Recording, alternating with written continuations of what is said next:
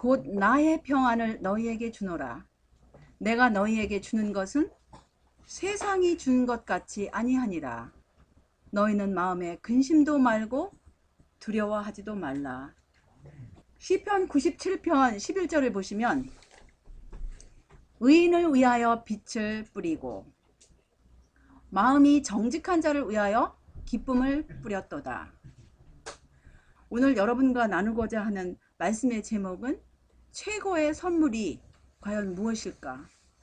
이 말씀을 정말 우리가 오늘 이 제목 하에 여러분과 제가 말씀을 상고하는 그런 귀한 시간이 됐으면 합니다. 창세기 1장 27절에 보시면 하나님이 자기 형상 곧 하나님의 형상대로 사람을 창조하시되 남자와 여자를 창조하시고,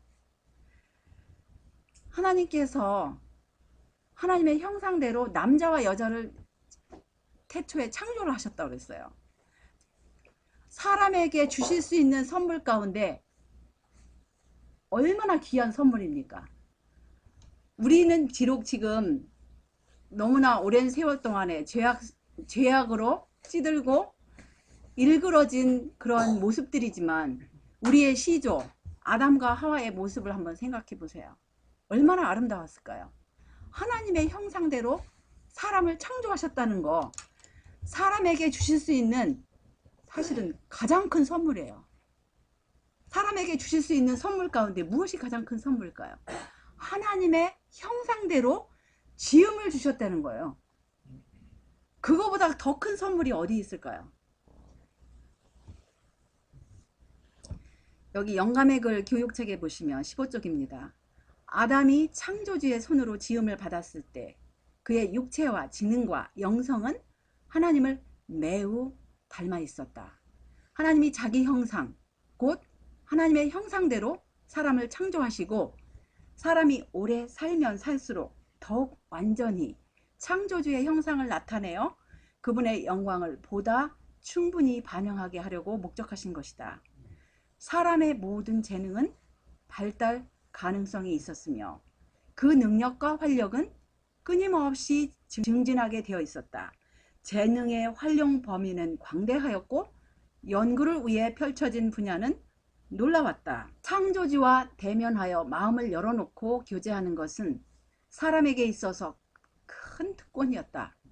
만일 사람이 하나님께 대한 충성을 변치 아니하였더라면 그 모든 특권이 영구히 사람의 것이 되었을 것이다. 무궁한 시대를 통하여 계속적으로 새로운 지식의 보화를 얻고 행복의 새 샘을 찾으며 하나님의 사랑과 지혜와 힘에 대하여 더욱더 밝은 개념을 가지게 되었을 것이다. 창조함을 받은 목적을 보다 완전히 성취함으로써 창조주의 영광을 더욱 잘 나타낼 수 있었을 것이다. 이 세상에 하나님을 모르는 수많은 사람들이 이 세상에서 유명한 사람을 만나기를 위해서 어떤 그 사람이 어디를 지나간다 그러면 무슨 일이 일어납니까? 어떤 유명한 사람이 만약에 한국에 온다 아니면 어디를 간다 그러면 그 나라에 있는 모든 사람이 그 사람을 정말 그 사람을 경외하고 그 사람을 찬양하고 우러러보는 모든 사람은 그것을 목숨을 내걸고 가요. 그러지 않습니까? 하다못해 교황이 우리나라에 왔을 때 얼마나 수많은 사람들이 모든 스케줄 다 포기하고 그 얼굴을 만나러 찾아갔습니까?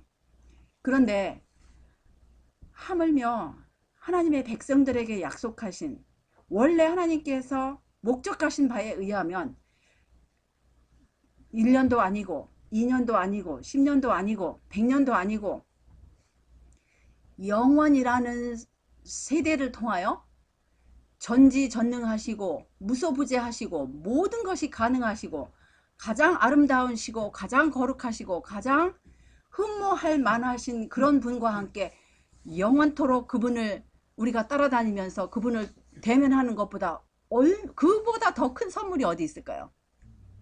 그보다 더 큰 특권이 어디 있을 것이며 그보다 더 큰 선물은 이 세상에 없어요. 그게 하나님께서 목적하신 바예요.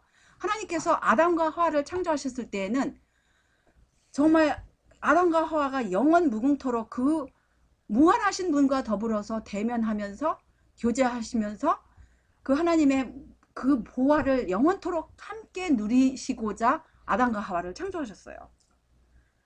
어떻게 되었습니까? 죄로 말미암아 하나님의 형상이 훼손되고 일그러져서 찾아볼 수 없게 되었다. 사람의 체력은 약해지고 지적 능력은 떨어지고 영적 통찰력은 어두워졌다. 그래서 인간은 결국 죽을 수밖에 없었다. 그래서 여기 이제 성경에 보시면 시편 51편 5절에도 내가 죄악 중에 출생하였으며 모친이 죄 중에 나를 잉태하나이다. 이것은 다윗이 자기 어머니와 자기만의 관계만을 이걸 말씀하시는 게 아니에요. 모든 인류의 상태가 이렇다는 것을 여기서 지금 하나님의 영감의 말씀으로 지금 하시는 말씀인 것입니다. 이 세상에 태어난 모든 사람들이 죄악 중에 죄된 본성 중에서 태어나고 모친의 죄된 그런 본성을 가졌을 때 잉태한 것을 지금 서술하는 거예요. 하나님의 영감을 받아서. 그래서 여기 또 이사야 53장 6절을 보시면 우리는 다 양 같아서 그릇 행하며 각기 제 길로 갔거늘 여호와께서는 우리 무리의 죄악을 그에게 담당시키셨도다. 그러나 인류는 소망 없이 버려지지 않았다. 얼마나 지금 감사한 말씀입니까?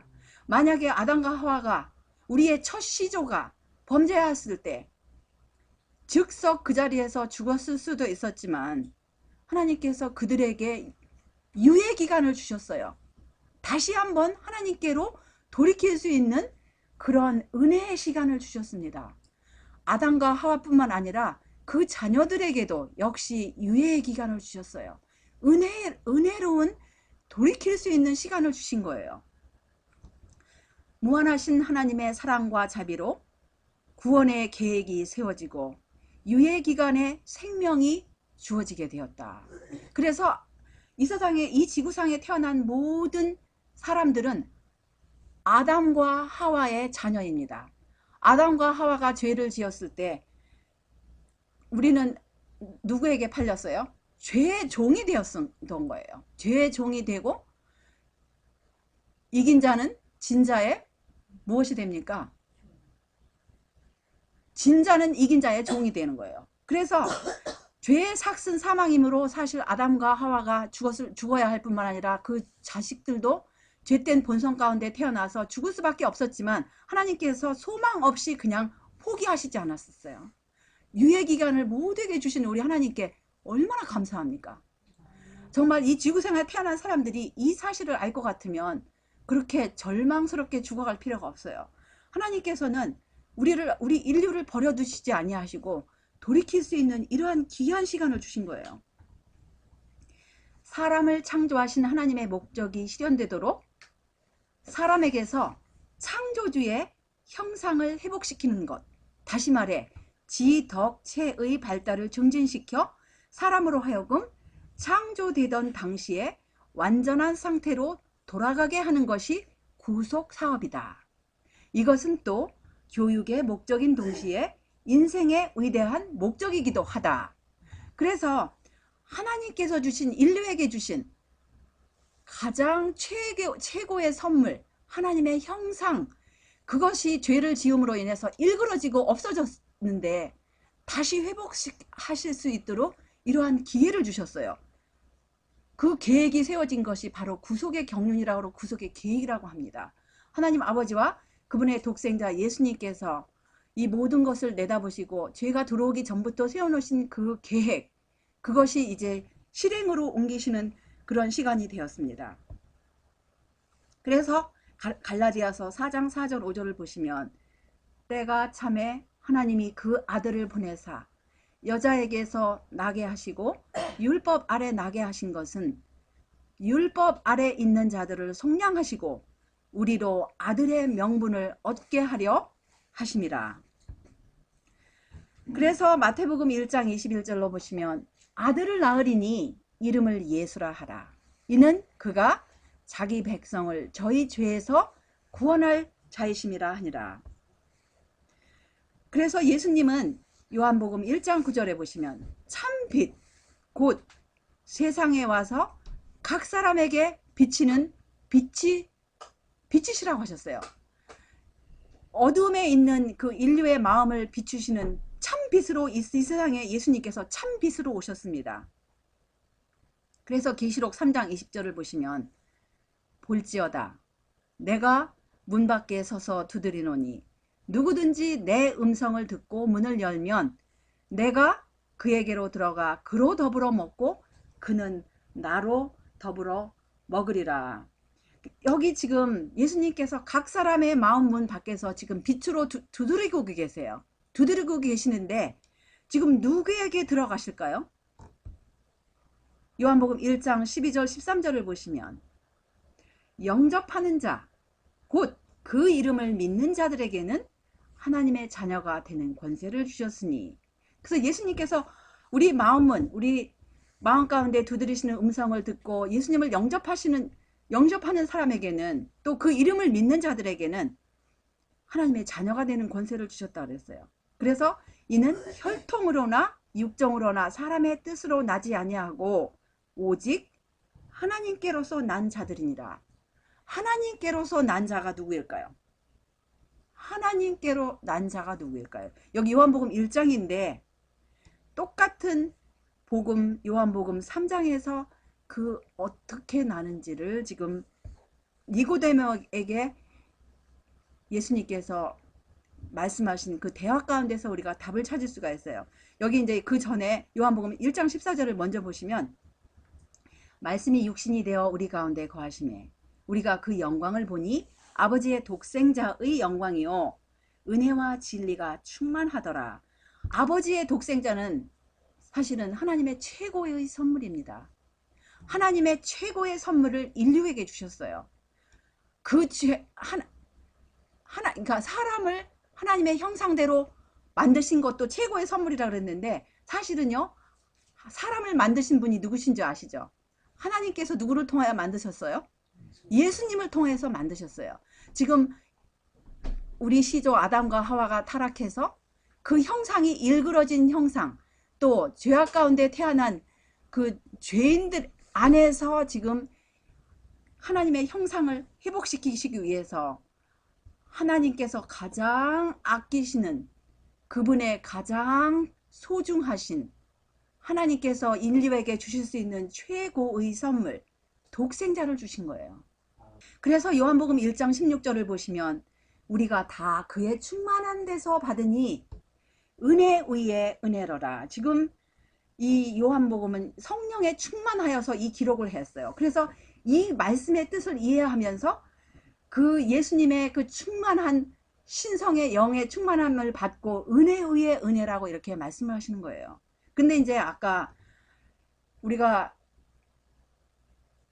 혈통으로나 육으로 나지 아니하고 오직 하나님에게서 난 자가 이제 설명을 하시는데 예수님께서 니고데모에게 이제 하신 설명 가운데 요한복음 3장 3절로 5절을 보시면 예수께서 대답하여 가라사대 진실로 진실로 내게 이르노니 사람이 거듭나지 아니하면 하나님 나라를 볼 수 없느니라. 거듭난다라는 뜻이 무슨 뜻일까요? 거듭난다. 거듭난다. 무슨 뜻일까요? 맞습니다. 새로 태어나고 다시 태어난다는 거예요. 그냥 그 직역을 할 것 같으면 위로부터 태어나다 아니면 다시 태어나다 아니면 새롭게 태어나다 이런 뜻이 있어요. 그래서 사람이 다시 태어나지 우리가 어떻게 태어났어요? 우리는 이미 한번 태어났어요. 무엇으로 태어났죠? 혈과 육으로 태어났어요. 혈과 육으로 태어났습니다. 그런데 우리 예수님께서 하나님 나라에 들어가려면 너희가 혈과 육으로 태어난 사람은 안 된다 이거예요. 혈과 육으로 태어난 거 가지고는 아무리 착해도 너희가 안 된다. 그럼 어떻게 해야 됩니까? 예, 거기 또 답을 하세요. 지금 니고데모가 이게 이제 니고데모가 알면서도 이제 기분이 나빠서 이렇게 말합니다. 니고데모가 가로되 사람이 늙으면 어떻게 날 수 있삼나이까? 두 번째 모태에 들어갔다가 날 수 있삼나이까? 이렇게 아주 약간 좀 기분이 안 좋게 이렇게 말을 해요. 그러니까 예수님께서 대답하시기를 진실로 진실로 내게 이르노니 사람이 물과 성령으로 나지 아니하면 하나님 나라에 들어갈 수 없느니라. 물, 정말 우리 그야말로 물침례는 무엇을 나타냅니까? 우리가 예수님을 영접하고 예수님을 개인의 구주로 영접하고 정말 물로 이 세상을 포기하고 정말 우리 이제 하나님께서 말씀하시는 우리 하나님 말씀대로 살겠습니다 하면서 이제 물로다가 침례를 받고 또 성령으로 다시 물침례만 갖고는 안 돼요. 날마다 물침례는 평생에 한 번이라 할지라도 성령의 침례는 우리가 날마다 나지 아니하면 우리가 성령으로 날마다 거듭나지 아니하면 우리의 상태는 다시 무엇으로 되는 것이죠? 다시 또한 우리는 영이 약해졌다거나 아니면 영이 죽은 그냥 육의 사람이 되는 거예요. 우리가 정말 이 하나님 나라에 들어갈 수 없느니라 이렇게 말씀하셨어요. 물과 성령으로 나지 물침례 한 번 물침례 가지고 충분하지 않습니다. 성령으로 날마다 거듭나지 아니하면 하나님 나라에 들어갈 수 없다라고 여기 예수님께서 이렇게 진리의 말씀을 하시는 거예요. 그러면서 강조하시기를 육으로 난 것은 육이요 성령으로 난 것은 영이니 내가 내게 거듭나야 하겠다 하는 말을 기이 여기지 말라. 모세가 광야에서 뱀을 든 것 같이 인자도 들려야 하리니 이는 저를 믿는 자마다 영생을 얻게 하려 하심이니라. 하나님이 세상을 이처럼 사랑하사 독생자를 주셨으니 이는 저를 믿는 자마다 멸망치 않고 영생을 얻게 하려 하심이니라. 예수님께서는 이 요한복음 지금 방금 말씀하신 그 내용이 지금 어디에 있는 말씀이에요? 구약에 이미 하신 말씀입니다. 예수님께서 정말 이 광야의 이스라엘 백성들을 모세를 통하여 인도를 하셨을 때 이스라엘 백성들이 그 수많은 기적을 보고도 조금만 힘들면 무슨 일이 시작이 됐어요? 불평, 불만, 원망 아주 참지 못하고 그런 일들이 일어났어요. 그래서 이제 그동안에 하나님의 능력으로 그 사막에서 그 불모의 사막에서 보이지 않게 하고 지켜주셨던 그 불뱀이 나타나가지고 사람들을 물기 시작하고 이제 사람들이 죽어갈 때 하나님께서 모세에게 지시하시기를 뭐라 했어요? 노뱀을 만들어서 높이 쳐들고 누구든지 그걸 쳐다보면 살아나리라고 이렇게 약속을 하신 거예요. 그래서 그 노뱀 정말 얼마나 흉측한 상징입니까? 우리 예수님께서 십자가에 돌아가실 것을 이렇게 이러한 실물 교훈으로 광야에서 이미 보여주신 사건입니다. 그래서 쳐다본 즉 살리라. 예수님께서 정말 하나님의 독생자 되신 그분께서 이 사람의 흉측한 모습으로 아담이 그 타락하기 전에 모습으로 오셨어도 우리 전지전능하시고 무소부재하시고 편재하시는 우리 예수님에게는 굴욕 중에 굴욕이라고 하셨어요. 아담이 타락하기 전에 모습으로 오셨다 할지라도 사람이 피조물이 모습으로 오시는 것은 굴욕 중에 굴욕인데 아담의 자녀들이 죄로 인해서 일그러지고 작아지고 기억력도 낮아지고 이런 모습으로 오셨어요. 마치 노뱀과 같이. 근데 그 예수님의 생애 처음 정말 하늘에서 하나님과 같으신 하나님의 독생자 미가엘 그 그리스도께서 이 땅에 오셔서 우리 죄의 값을 치르시려고 십자가에 돌아가신 그거를 쳐다볼 때 죄의 불뱀에게 물린 아담과 하와의 자녀들 우리들이 살 수 있도록 우리는 그 바람이 어디서 와서 어디로 가는지 모르지만 그것을 쳐다볼 때 십자가에 돌아가신 그것을 쳐다볼 때 그 사실을 명상할 때 날마다 그 사실을 명상할 때 뱀의 독소가 우리에게서 빠져나가는 거예요. 죄의 뿌리가 우리에게서 없어지는 것입니다. 정말 우리가 너무나 단순한 사실이기 때문에 이 사실을 광야에서 사람들이 믿지 않고 죽어간 사람들이 수두룩했다고 그랬어요. 너무나 그것이 쳐다본 즉 살리라 하니까 사람들이 무슨 효능이 있을까 쳐다보지 않은 사람들은 다 죽었어요. 그런데 그 말씀에 의지하여 쳐다본 사람들은 죽어가다가 다 살아났습니다. 마찬가지로 우리 하나님께서 제공하신 마련하신 최고의 선물 무한하신 대가로 이 세상에 보내신 우리 구세주 예수님을 그 희생을 하나님 아버지와 예수님의 무한하신 희생을 바라볼 때 우리 속에 독소가 죽음의 독소가 이제 제거되는 것입니다. 그래서 우리는 저를 믿는 자마다 멸망치 않고 영생을 얻게 하는 이 성령의 감동을 받는 거예요. 이게 3장 3절하고 5절에서 딱 맞추는 게 아니라 그 내용이 어떻게 우리가 변화함을 받는지를 지금 말씀하시는 거예요. 성령으로 이 사실, 이 진리를 우리가 날마다 깊이 명상할 때 우리가 성령으로 날마다 거듭날 수 있는 것입니다. 이 한 절의 말씀에는 어마어마한 사실 구약의 모든 가르침이 그 한 절에 집약이 되어 있고 신약의 모든 가르침이 이 한 절에 집약이 되어 있는 것이에요.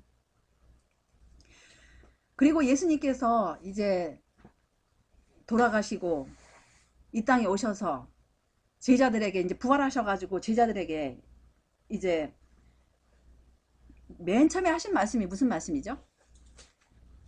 너에게 평강이 있을지어다 말씀하셨어요.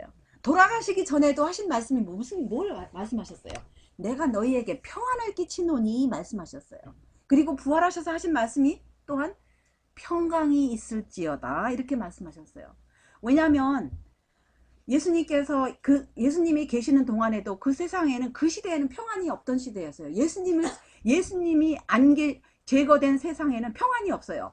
예수님을 믿지 않는 마음은 평안이 없기 때문에 예수님께서 그 평강이 있을지어다 먼저 이렇게 말씀을 하시고 그 다음에 그 제자들을 향해서 숨을 내쉬며 가라사대 무엇을 받으라고 하셨죠? 성령을 받으라. 그 성령이 어떤 성령입니까?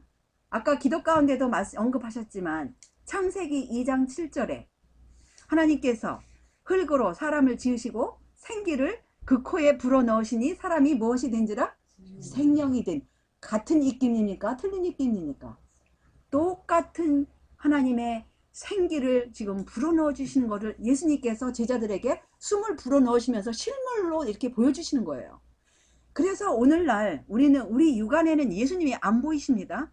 그런데 말씀에 의지하여 말씀에 의거하여 어제나 오늘이나 영원토록 동일하신 우리 예수님께 우리가 이 말씀을 놓고 간구를 드릴 때 예수님께서 여러분과 저를 향하여 숨을 내쉬며 가라사대 성령을 받으라.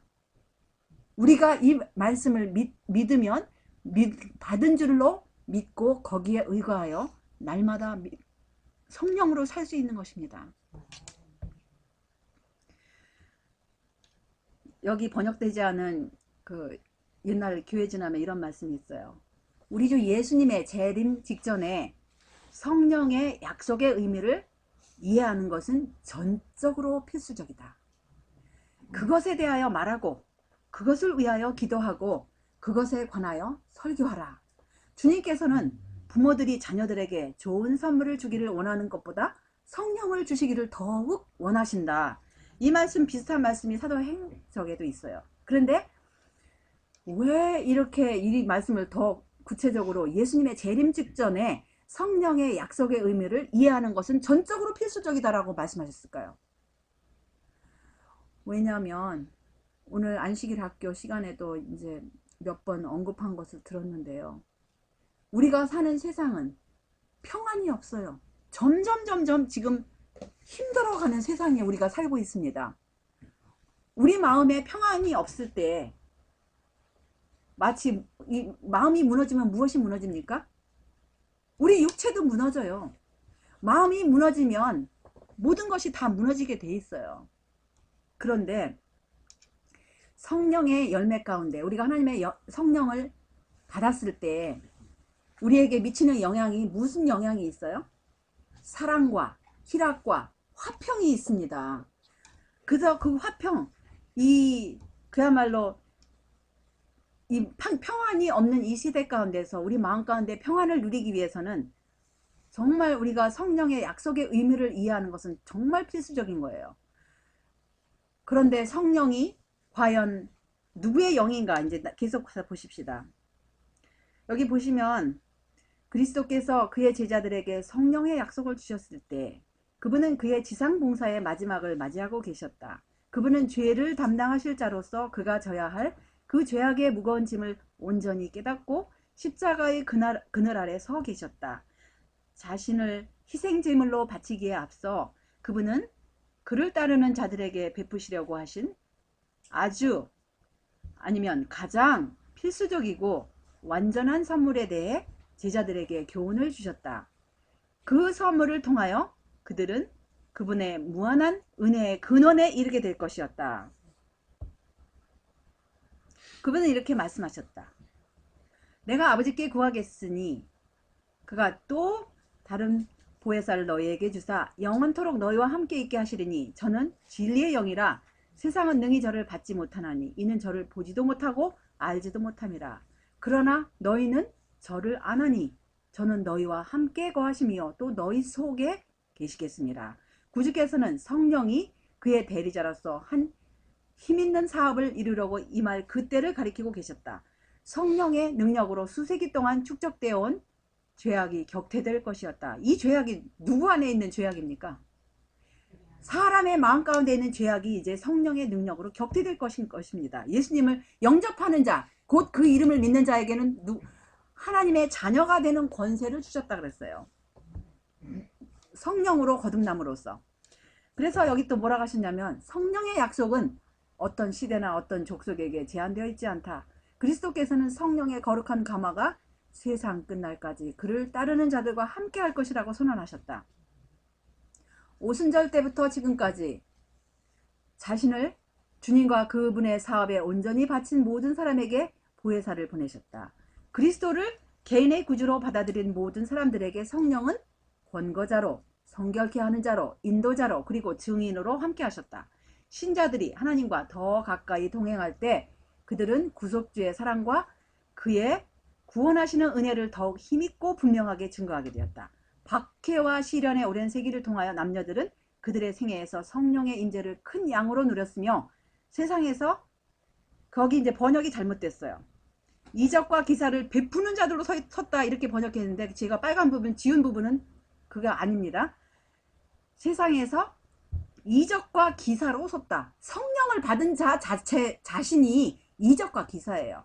그들이 뭐 이적과 기사를 베풀어 섰고 그런 뜻이 아니에요. 여기 영문을 보면 성령의 양을 큰 양으로 누린 성령의 사람 자신이 이적과 기사입니다. 그 사람은 그야말로 그 성령의 선물을 받은 여러 그 달란트들이 있잖아요. 그런 달란트뿐만이 아니라 그 사람 성령을 받음으로써 예를 들어 가지고 과거에 성령을 받기 전에 술 주정뱅이나 아니면 살인자나 도둑이었는데 하나님의 영을 받고 완전히 회개하고 이제 참신한 사람이 되어서 도둑질도 안 하고 거짓말도 안 하고 이제 하나님의 온전한 계명을 지키는 것 기적입니까? 아닙니까? 어마어마한 기적입니다. 살인자가 과거에 살인을 일삼던 사람이 예수님을 개인의 구주로 모시고 자기의 옛 생애를 지긋지긋하게 생각하고 통회하며 회개하면서 이제는 정말 하나님께 대한 회개와 예수님을 믿으면서 하나님의 계명을 온전히 지킬 때 이거보다 더 큰 기적이 어디 있어요? 지금 그걸 말씀하시는 거예요. 근데 거기는 이제 번역하기를 베푸는 자들이라는데 그거 아닙니다. 그 자신 변화된 사람 자신이 이적과 기사예요. 그들은 천사들과 사람들 앞에 구속하시는 사랑에 변화시키는 능력을 나타냈다. 지금 그 다음 말씀만 보셔도 그게 딱 나타나잖아요. 이 내용이 연결이 되잖아요. 하나님의 구속하시는 그 사랑에 변화시키는 능력으로 그 자신들 자체가 변화된 사람이 기적과 바로 이적입니다. 기사. 그리고 또 여기 이제 번역되지 않은 옛 교회전함에 이런 영문 교회전함에 이런 말씀이 있어요. 만약 우리가 그리스도의 말씀을 이해하지 못한다면 시험하는 날에 우리가 어떻게 설 수 있을까? 그는 말씀하시기를 내가 아직 너희와 함께 있어서 이 말을 너희에게 하였거니와 보혜사 곧 아버지께서 내 이름으로 보내실 성령 그가 너희에게 모든 것을 가르치시고 내가 너희에게 말한 모든 것을 생각나게 하시리라고 하셨다. 우리에게 그리스도의 말씀을 기억나게 하는 것은 성령이다. 그리스도께서 그의 마지막 당부의 말씀에서 제자들에게 자세히 설명하시기로 선택하신 주제는 성령의 직무에 대한 것이었다. 그분은 그들 앞에 넓은 진리의 택지를 열어놓으셨다. 그들은 믿음으로 그리스도의 말씀을 받아들일 것이었고 보혜사 곧 성령은 모든 것들을 기억나게 하실 것이었다. 그래서 사실 이 주님께서 주신 그 요한복음 14장, 15장, 16장에 말씀하신 보혜사에 관한 말씀을 지금 재림 직전에 이해하지 못할 것 같으면 시험하는 날에 어떻게 설 수 있겠냐고 이렇게 지금 하시는 말씀입니다. 보혜사는 누구예요? 보혜사 자체가 그 직역을 할 것 같으면 comforter, 위로자라는 말씀이에요. 위로하시는 분이에요. 권고하시고 위로하시고 인도하시는 분이 과연 그분이 어느 분이신가, 그분의 정체를 알지 못하면 세상 끝날까지 우리와 항상 함께 하시는 위로자가 누구이신지 모른다면 시험하는 날에, 어려운 날에, 평안이 없는 때에 어떻게 위로를 얻을 수 있고 어떻게 평안을 누릴 수 있겠느냐, 이 말씀이십니다. 계속하여 이 약속 가운데 그리스도께서 주신 위로는 하나님의 감화하심이 그분을 따르는 자들에게 마지막까지 함께 할 것이라는 사실에 있었다. 그러나 오늘날 사람들은 이 약속을 받아들이지도 믿지도 않는다. 그러므로 그들은 그 약속을 소중히 간직하지도 않으며 교회의 경험 가운데서 그 약속의 성취를 보지도 못한다. 교회들은 하나님의 영의 선물의 약속을 별반 고려할 만한 가치가 없는 문제로 내버려 두고 있다. 그 약속은 사람들의 마음에 감명을 끼치지 못했으며 그 결과로 예상되는 것은 무엇입니까? 이 하나님의 영의 선물의 약속을 별반 가치 없게 여기고 무시하고 부주의했을 때 무슨 일이 일어나죠? 영적인 가뭄, 암흑, 영적인 쇠퇴, 영적 죽음이 있는 거예요. 그러면 영적인 죽음이 일어나면 왜요? 그냥 혈과 육의 사람이 되는 거예요.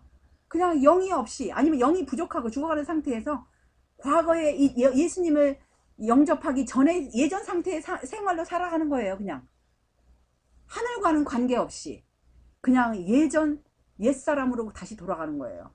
성령을 별반 대수롭지 않게 생각한다면. 그러면서 계속 여기 영문 옛 교회지남에 말씀하시기를 1892년 11월 15일자예요. 사소한 문제가 마음과 영혼을 차지하고 있으며 교회의 성장과 번성에 필수적이고 그것을 소유했더라면 다른 모든 축복들을 연이어 가져왔을 신령한 능력이 무한정으로 주심하고 약속하였음에도 불구하고 부족되고 있다. 교회가 사소한 것에 만족하고 있는 한 그들은 하나님의 위대한 것을 받을 자격을 갖추고 있지 않다. 그런데 성령의 선물이야말로 마음을 정결케 유지해 줄 방편인데도 불구하고 우리는 왜 그것에 대해 굶주려 하지도 갈급해 하지도 않는가? 우리 오늘 이 말씀의 제목이 무엇이었죠? 최고의 선물이었어요. 하나님께서 아담과 하와를 만드셨을 때 그들에게 줄 수 있는 최고의 선물이 무엇이라고 하셨죠? 맞았습니다. 하나님의 형상대로 그들을 창조하신 것이 가장 큰 선물이었어요. 근데 하나님의 형상이 없어진 아담과 하와의 자녀들에게 줄 수 있는 선물이 뭐예요? 바로 또 그분의 형상이에요. 보이지 않는 형상, 그분의 영인 것입니다.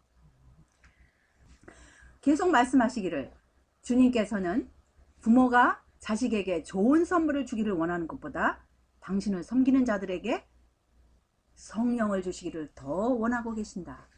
모든 교역자들은 매일 성령의 침례를 위해 하나님께 탄원해야 한다.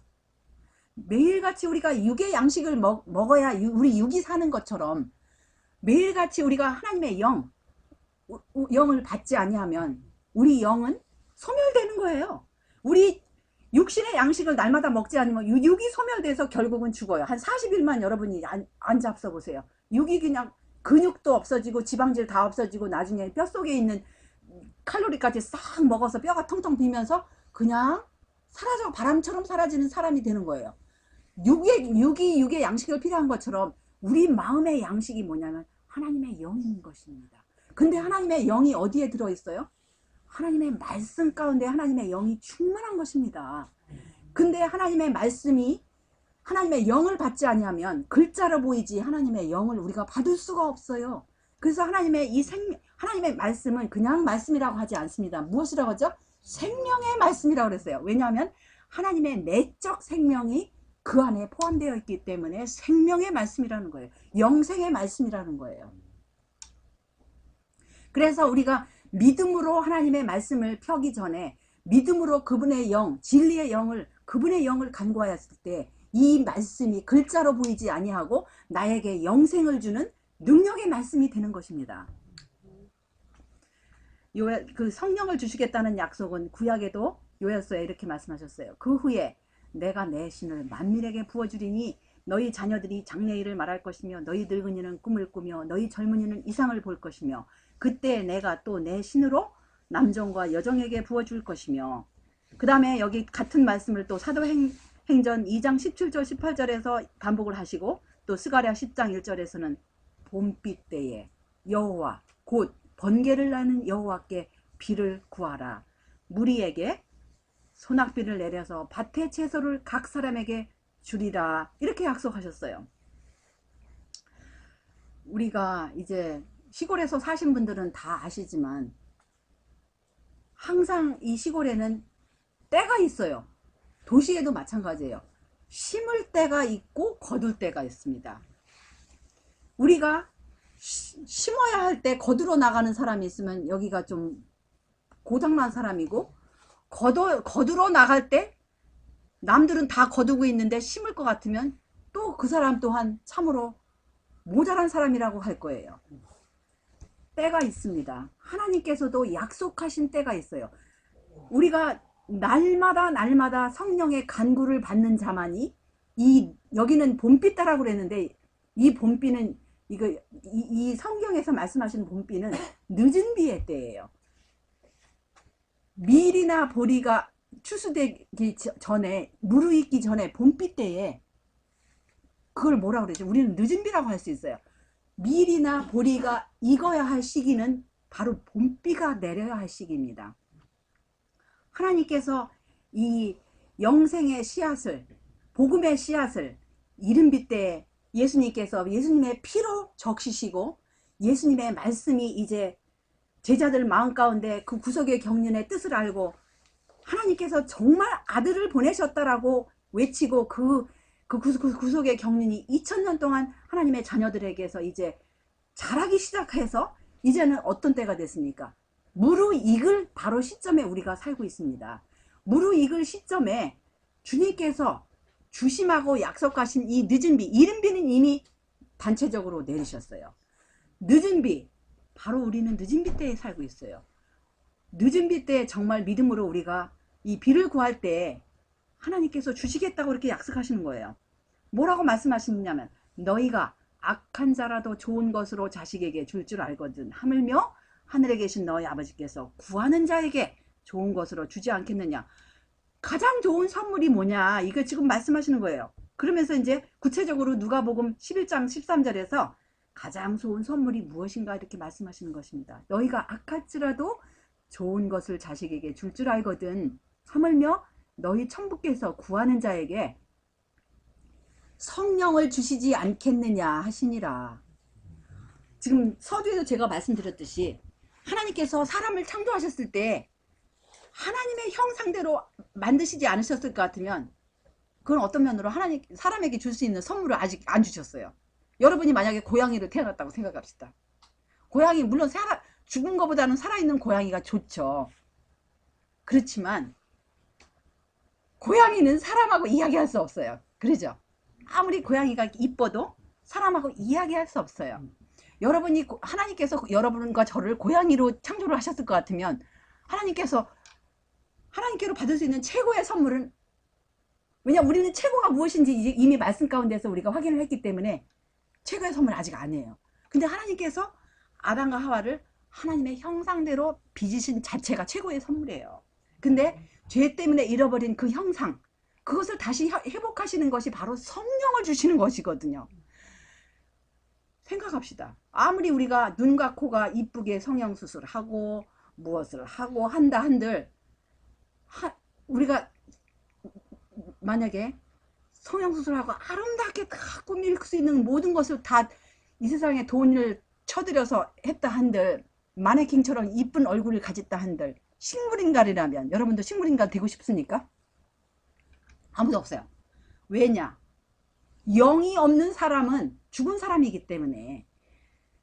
마찬가지로 하나님의 형상대로 아무리 우리가 눈, 코가 일거려도 형상, 외적인 형상이 있다 할지라도 내적인 형상을 받지 않는다면 죽은 사람이에요. 근데 하나님께서 비록 우리가 아직 일그러져서 외적인 형상은 하나님의 형상으로 아직 회복은 안 됐다 할지라도 내적인 형상을 내가 너에게 주어서 우주의 왕 되신 분과 함께 사귀겠다. 이거보다 더 큰 선물이 어디게 있습니까? 이거보다 최고의 선물은 있을 수가 없는 거예요. 그러니까 가장 좋은 것이라고 하신 거예요. 그 영이 누구의 영이냐? 바로 하나님의 영, 그리스도의 영임을 로마서 8장 9절에 이렇게 말씀하세요. 만일 너희 속에 하나님의 영이 거하면 너희가 육신에 있지 아니하고 영에 있나니 누구든지 그리스도의 영이 없으면 그리스도의 사람이 아니라, 이렇게 말씀하시는 거예요. 근데 그 하나님의 영이 우리에게 임할 때 그 하나님의 영의 직무, 성령의 직무가, 성령의 사역이 무엇입니까? 요한복음 16장 8절에 보시면 그가 와서 맨 처음에, 성령이 우리에게 맨 처음에 임했을 때 우리가 맨 처음에 깨닫는 것이 무엇입니까? 맞습니다. 맨 처음에 깨닫는 것이 죄를 깨달아요. 아, 그동안에 내가 어마어마한 죄인이었구나. 하나님의 법과는 정말 관계가 없는, 하나님을 섬기는 대신에 내 자신을 위해서 살았구나. 이것을 맨 처음에 이제 깨닫게 돼요. 뭐 우리가 꼭 살인하고 도둑질하고 거짓말해서 죄인이 아니라 하나님과 관계없는 그 삶 자체가 죄인인 거예요. 그래서 죄에 대해서 깨닫고 나의 죄뿐만 아니라 죄의 시점을 깨달아요. 나의 죄뿐만 아니라 죄가 어디서부터 시작이 되었는가. 우리 부모님 죄를 지으면서 빗나간 그들의 삐뚤어진 마음이 나에게도 전달이 되었고 또 나의 선택으로 더 악하게 되었구나. 이것을 깨닫게 돼요. 그래서 그걸 깨달았을 때 그게 바로 각 사람에게 비치는 빛으로 이제 성령이 임했을 때 이제 우리에게 뭐가 남았어요? 우리가 거기서 굴복하고 회개를 하느냐 안 하느냐에 따라서 또 역사가 틀려져요. 거기서 계속 아무리 죄를 보여준다 할지라도 거기서 그걸 대수롭지 않게 여기고 슬쩍슬쩍 지나가면 우리 안에서 회개가 일어날 수가 없어요. 그래서 의의 옷도 입혀줄 수가 없어요. 그러니까 사도 베드로께서 말씀하시기를 너희가 회개하여 각각 예수 그리스도의 이름으로 침례를 받고 죄사함을 얻으라. 예수님을 영접한다는 건 뭐예요? 우리 죄를 온전히 회개하고 정말 예수님이 나를 죄로부터 구원하시는 구원자이심을 믿고 죄사함을 얻고 성령을 선물로 받으리라고 이렇게 약속을 하시는 것입니다. 또 역대하 7장 14절에 어떤 약속이 있습니까? 내 이름으로 일컫는 내 백성이 그 악한 길에서 떠나 스스로 겸비하고 기도하여 내 얼굴을 구하면 내가 하늘에서 듣고 그 죄를 사하고 그 땅을 고칠지라. 그래서 우리 하나님의 백성들이 악한 길에서 떠나고 스스로 겸비하고 기도할 때 또 하나님의 얼굴을 구할 때 우리 죄를 사하시고 땅을 고친다고 하셨어요. 근데 그 땅이 우리가 농사하는 땅뿐만 아니라 우리 무엇의 땅이죠? 마음의 땅을 고치신다고 약속하신 거예요. 그래서 성령의 사역 가운데 또한 사역이 어떤 사역이냐면 요한복음 14장 26절에 보혜사 곧 아버지께서 내 이름으로 보내실 성령 그가 너희에게 모든 것을 가르치시고 내가 너희에게 말한 모든 것을 생각나게 하시리라. 그래서 예수님의 진리의 영이 임할 때 예수님께서 정말 우리에게 말씀하신 그런 그동안에 깨닫지 못했던 것들을 깨닫게 되는 거예요. 진리에 대해서 깨닫게 되는 거예요. 아버지와 아들과 성령에 대해서 하나님의 계명에 대해서 이렇게 이제 깨닫게 되는 거예요. 여기 또 요한복음 16장 13절에 성령의 사역 가운데 그러나 진리의 영이 오시면 그가 너희를 모든 진리 가운데로 인도하시리니 그가 자의로 말하지 않고 오직 듣는 것을 말하시며 장래 일을 너희에게 알리시리라. 그래서 모든 진리가 무엇인지 깨닫고 순종하는 길로 가는 거예요. 여기 이제 또 영문 교회지남에 이런 말씀이 있습니다. 진리 가운데는 의안과 평화가 있으나 참된 평화는 진리 안에만 있어요. 또 진리를 받아들이고 진리에 응했을 때 평화가 있으나 거짓 속에는 참된 평화와 위안을 찾을 수가 없다. 거짓 교리와 위전을 통하여 사단은 마음을 지배하는 그의 세력을 얻는다. 그는 사람들을 거짓 표준으로 인도하여 그들의 품성을 보기 흉하게 만든다. 성경을 통해 성령은 마음에 말씀하시고 마음에 진리를 새기신다. 그와 같이 성령은 오류를 폭로시키시고 그것을 영혼에서 내어 쫓으신다. 그리스도께서 그분의 택한 백성들을 그분 자신에게 복종케 하시는 것은 하나님의 말씀을 통해 역사하는 진리의 영에 의해서이다. 그래서 성경과 성령을 분리시킬 수 있어요, 없어요? 없습니다. 우리 성경과 성령은 분리시킬 수가 없어요. 그러면 성령이 누구 안에 있으실까요? 이사야 57장 15절에 보시면 지존무상하며 영원히 거하며 거룩하다 이름하는 자가 이같이 말씀하시되 내가 높고 거룩한 곳에 거하며 또한 통회하고 마음이 겸손한 자와 함께 거하나니 이는 겸손한 자의 영을 소성케 하며 통회하는 자의 마음을 소성케 하려 함이라. 그래서 죽어가는 영 살리는 그 조건이 있어요. 통회하고 마음이 겸손한 자에게 성령을 주시겠다는 거예요. 또한 요한일서 3장 24절에 그의 계명들을 지키는 자는 주 안에 거하고 주는 저 안에 거하시나니 우리에게 주신 성령으로 말미암아 그가 우리 안에 거하시는 줄을 우리가 아느니라. 그래서 주님의 계명을 지키는 자가 주님 안에 거하고 주님께서는 저 안에 거한다고 이렇게 말씀하시는 거예요. 그래서 그의 성령을 우리에게 주심으로 우리가 그 안에 거하고 그가 우리 안에 거하시는 줄을 아느니라 이렇게 말씀하셔요. 그렇다면 참된 회개자의 의미를 우리를 한번 보십시다. 한번 읽어보세요. 정말. 누가 과연 참된 회개자가 되기를 원하는가? 누가 과연 참된 회개자가 되기를 원하는가? 그는 무엇을 하여야 하는가? 그는 그리스도의 말씀이 참되다는 것을 믿어야 하며 허락을 믿고 구하면 받을 수 있으리라는 것을 믿어야 한다. 기도하고 싶은 성실한 욕구가 사람들에게 생길 때에 저들의 기도는 헛된 것이 되지 않을 것이다.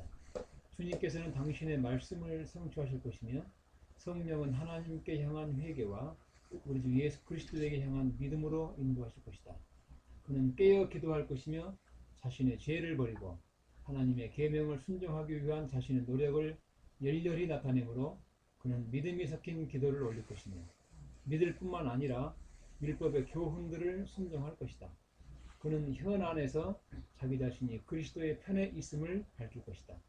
또한 그는 마음이 하나님에게서 멀어지게 하는 모든 습관들과 교제를 포기할 것이다. 예, 참된 회개자의 모습이 여기 나오는 것입니다.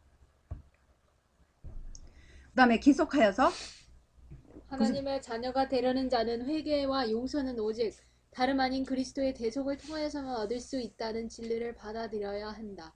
이러한 보장을 가지고 죄인은 자기 자신을 위하여 이루어진 사업과 일치하도록 노력을 기울여야만 하며 끈질긴 탄원으로 은혜의 보좌 앞에 울며 매달림으로 하나님의 새롭게 하시는 능력이 자신의 영혼에 임하도록 해야 한다. 그리스도께서는 참회하는 자만을 용서하시며 당신께서 용서하시는 자는 먼저 회개에 이르게 하신다.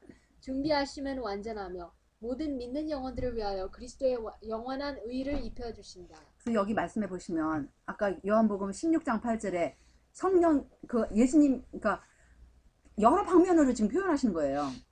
요한복음 1장에서는 예수님이 참빛으로 각 사람에게 비치는 빛으로 나타나시고 계시록에서는 각 사람의 마음 가운데 두드리시고 지금 요한복음 16장 8절에서는 그가 와서 죄에 대해서 이렇게 보여주시고 다 지금 예수님께서 하시는 사역인데 그분의 진리의 영으로. 근데 우리에게 맨 처음에 성령이 빛이 임할 때 죄를 보여주는 거야. 내가 진짜 하나님의 계명을 다 어겼구나. 첫째 계명부터 사람들이 뭐 도둑질을 뭐 살인을 안 했다 할지라도 첫째 계명부터 넷째 계명 안 어긴 사람이 어디 있어요? 태어날 때부터 다 어겼잖아요. 사실은 한 계명만 어기면 모든 계명을 다 어긴 거예요. 그걸 깨닫고 거기서 이제 갈림길이 생겨. 굴복하고 정말 회개하고 계명을 지키느냐, 아니면 대수롭지 않게 흘러버리느냐. 이제 이렇게 갈림길이 생기는 거예요. 근데 예수님께 계속 굴복하는 자에게는 이제 참회의 영을 불어 넣어 주시고, 그 다음에 참회하는 자를 용서하신다는 거예요. 하늘에 배틀러 짠 값지고 흠없는 두루마기는 회개하고 믿는 자연을 위하여 준비되었으며 그는 내가 여호와로 인하여 크게 기뻐하며 내 영혼이 나의 하나님으로 인하여 즐거워하리니 이는 그가 구원의 옷으로 내게 입히시며 의의 겉옷으로 내게 더하실 것이라고 말하게 될 것이다. 보시면 요한복음 16장 8절에 그가 와서 죄에 대해서 우리가 굴복하였을 때 이제 여기 이제 완전히 굴복하고 회개하고 믿었을 때 그 다음에 이제 의에 대해서 가르쳐 주시는, 의의 옷을 지금 입혀주시는 모습을 우리가 볼 수 있지 않습니까? 지금 성경은 단순하게 말씀하시고 예내시는 이걸 자세하게 우리에게 보여주시는 거예요. 죄에 대해서 먼저 우리가 회개하고 굴복하였을 때 이제 의에 대해서 예수님의 의의 옷을 우리에게 입혀주시는 거예요. 그래서 여기 시편 감동의 말씀은 32편 1절 2절은 허물의 사함을 얻고 그 죄의 가리움을 받은 자는 복이 있도다. 마음에 간사가 없고 여호와께 정죄를 당치 않은 자는 복이 있도다.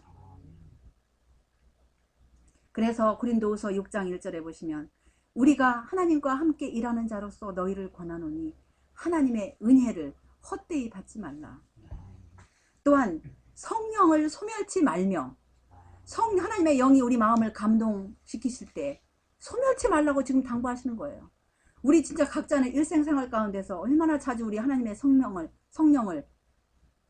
그 하나님의 성령의 은혜를 감당하였는지 정말 우리를 살피면서 오늘 이 예식에 우리가 참석해야 될 것입니다. 우리가 하나님의 영을 얼마나 하나님의 임재를 경외하고 하나님을 사랑하였는지 살피면서, 그러면서 성령을 소멸치 말고 오직 성령의 충만을 받으라고 이렇게 에베소 5장 18절에 당부하시는 거예요.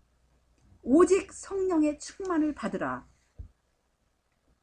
그래서 성령의 충만을 받았을 때 우리가 누구와 사귀시는 것입니까? 최고의 선물. 지금 하나님께서 마련하신 최고의 선물, 요한일서 1장 3절이에요. 우리가 보고 들은 바를 너희에게도 전함은 너희로 우리와 사귐이 있게 하라매니 우리의 사귐은 아버지와 그 아들 예수 그리스도와 함께 합니다. 이 최고의 사귐, 최고의 교제, 최고의 선물을 모르기 때문에, 사람들의 마음이 허전하기 때문에 엉뚱한 교제를 하고 있고 엉뚱한 시간 낭비를 하고 있고 엉뚱한 투자를 하고 있지 않습니까? 이 교제, 이 최고의 선물, 우리가 정말 진심으로 깨닫는다면 이 세상에 부러울 것이 있겠어요, 없겠어요? 최고의 선물입니다. 그래서 성령의 열매는 사랑과 희락과 화평과 오래 참음과 자비와 양선과 충성과 온유와 절제니 이 같은 것을 금지할 법이 없느니라, 이렇게 말씀하셨습니다. 여기 영감의 글 실물교원 301쪽에 보시면 그리스도를 개인의 구주로 받아들이는 모든 사람은 복음의 진리와 그것이 생애에 미치는 구원의 능력을 나타내야 한다. 하나님께서는 그것을 성취할 수 있는 대책을 마련하지 않고는 아무것도 요구하지 아니하신다.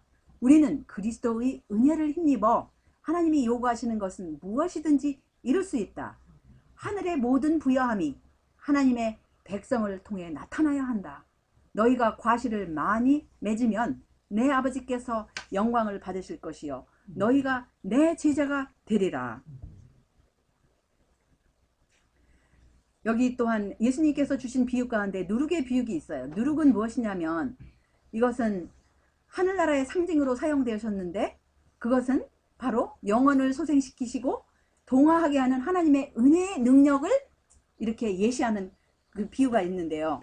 이 능력이 역사할 수 없을 만큼 그처럼 극악하고 타락하고 저속한 사람은 하나도 없다. 근데 조건이 있어요. 성령의 역사에 굴복하는 사람 속에는 새로운 생명소가 심어져서 잃어버린 하나님의 형상이 다시 회복된다. 최고의 선물, 우리 모두를 위해서 하나님께서 지금 제시하고 계시는 것입니다. 잃어버린 하나님의, 우리 속에 마땅히 있어야 할 하나님의 형상, 죄로 인해서 잃어버린 하나님의 형상 주심하고 지금 약속하시고 계시는 거예요. 근데 어떤 조건하에? 예수님께서 그분의 말씀의 빛으로 죄에 대해서 보여주셨을 때 굴복하는 사람 속에, 굴복하고 회개하고 예수님을 보혈에 믿는 사람에게 이 일이 이루어진다는 거예요. 또한 사람들이 자신을 그분의 영의 지배에 굴복할 때 하나님은 능력 있게 일하실 수 있으시다. 온 하늘이 기뻐하는 것은 하나님께서 지으신 인간 속에 하나님 자신의 형상을 회복시키는 일이다. 얼마나 아름답습니까?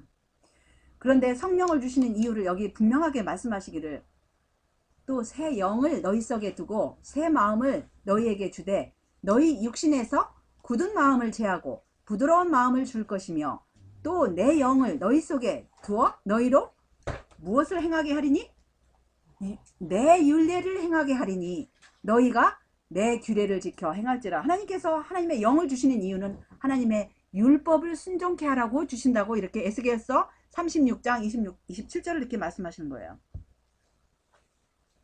그래서 주의 법을 사랑하는 자에게는 무슨 평안이 있다고 약속하십니까? 작은 평안 아니에요. 큰 평안이라고 하셨어요. 평안이 없는 이 세상에서 큰 평안을 주시겠다고 약속하시고 저희에게 장애물이 없으리이다. 이렇게 시편 119편 165절에 약속을 하십니다. 그래서 이사야 40장 31절에 오직 여호와를 앙망하는 자는 무슨 힘을 얻으리니? 새 힘을 얻으리니 독수리의 날개치며 올라감 같을 것이요 다른 박질하여도 곤비치 아니하겠고 걸어가도 피곤치 아니하리로다. 이사야 40장 31절 말씀이었습니다. 하늘에 계신 우리들의 아버지, 참으로 감사합니다. 하나님이 세상을 이처럼 사랑하사 독생자를 주셨으니 이는 저를 믿는 자마다 멸망치 않고 영생을 얻게 하시려고 아버지의 독생자를 우리 인류에게, 타락한 인류에게 아주 내어놓으신 그 무한하신 사랑, 참으로 다시 한번 감사와 찬양을 올리옵나이다. 우리 시조 아담과 하와가 맨 처음에 하나님께서 아버지의 형상대로, 우리 하나님과 예수님의 형상대로 그들을 창조하셨을 때 그것은 정말 그들에게는 가장 큰 최고의 선물이었습니다.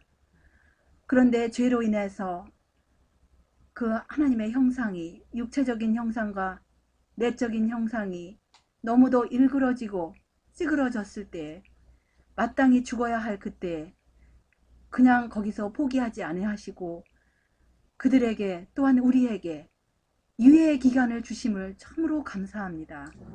이 유예의 기간을 주셨을 뿐만 아니라 우리를 아버지께로 다시 돌이키시고 다시 우리 하나님 아버지와 예수님과 교제하고 영원토록 하늘에서 영원한 사랑과 평화를 누리게 하시기 위해서 정말 우리 독생자, 하나님의 독생자 우리 구세주 예수님께서 십자가에 돌아가셨고 돌아가셨을 뿐만 아니라 주심하고 약속하신 그 아버지의 영을 믿음으로 의지하여 이 시간 다시 고개 숙인 우리 모두가 구하옵나니 우리 모두에게 한량없이 허락하여 주시옵시고 우리 모두에게 온전한 회개의 선물과 온전한 예수님의 의의 옷을 입혀주시옵기를 간절히 빌고 원하옵나이다. 우리가 정말 이제 앞으로 우리 주님의 재림이 속히 임할 이때에 평강이 없는 이 세상에서 주님께서 이 세상이 줄 수 없는 그 평안함을 약속하셨사오니 주님의 평안과 주님의 기쁨, 주님의 사랑 가운데서 주님의 자녀답게 씩씩하게 정말 주님을 앙망하는 자는 새 힘을 얻고 독수리에 날아간 같이 그렇게 날아갈 수 있는 그런 우리 모두가 될 수 있도록 날마다 성령의 침례를 허락하여 주시옵기를 예수님의 귀하신 성을 의지하여 간절히 기도드리옵나이다.